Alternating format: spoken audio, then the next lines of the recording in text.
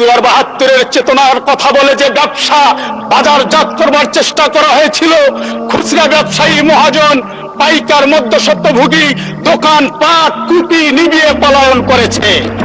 আবারও যদি মাননীয় স্পিকার, আমি আসতে চাচ্ছি, একটু আগেই আমরা যেই সমস্ত ছাত্র নেতাদেরকে ছাত্র জীবন থেকে প্রেরণা মনে করেছিলাম, প্রিয় ভাই মাননীয় সংসদ সদস্য ফজলুল হক মিলন, উনি আকারে একটা কথা বলেছেন, এবার সুযোগ বুঝে সংসদে এসেছেন।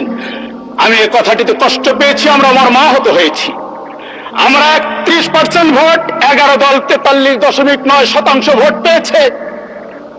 জনগণ আমাদেরকে সুযোগ নয়, জনগণ ভোটাধিকার প্রয়োগ করে আমাদেরকে পাঠিয়েছে। এ ধরনের কথায় বিভাজনের রেখা ছাড়া আর কিছুই আমি মনে করি না। আমি আশা করি 90 দশকের ছাত্র নেতা যারা ছিলেন, ছাত্র জীবন থেকে যাকে আমরা অনুপ্রেরণার বাতিঘর মনে করি, আমরা আশা করি তাদের কাছ থেকে আমরা ঐক্যের বাণী শুনতে পারবো, বিভাজন নয়।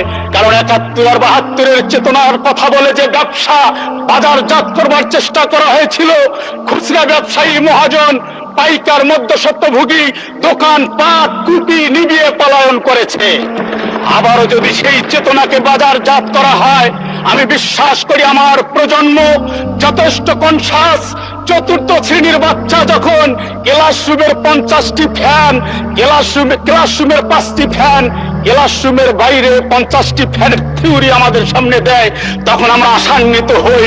এই প্রজন্মই তো আমাদেরকে জুলাই দেখিয়েছে, এই প্রজন্মই আগামীর বাংলাদেশ গড়বে মাননীয় স্পিকার। সুতরাং মাননীয় স্পিকার, নতুন প্রজন্মকে পুরানা চেতনা নামক ট্যাবলেট দিয়ে অচেতন করার কোনো সুযোগ নাই।